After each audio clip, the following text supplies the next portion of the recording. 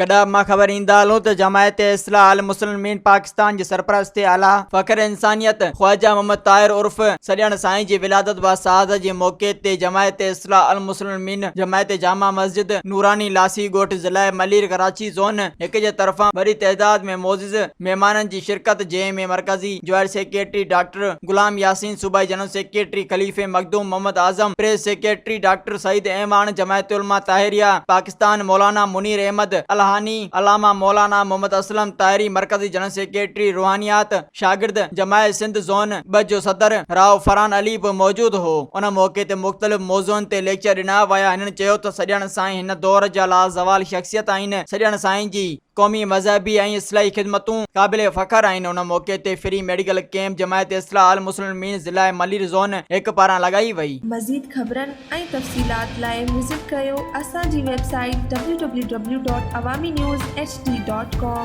ऐं ॾिसंदा रहो अवामी न्यूज़ HD।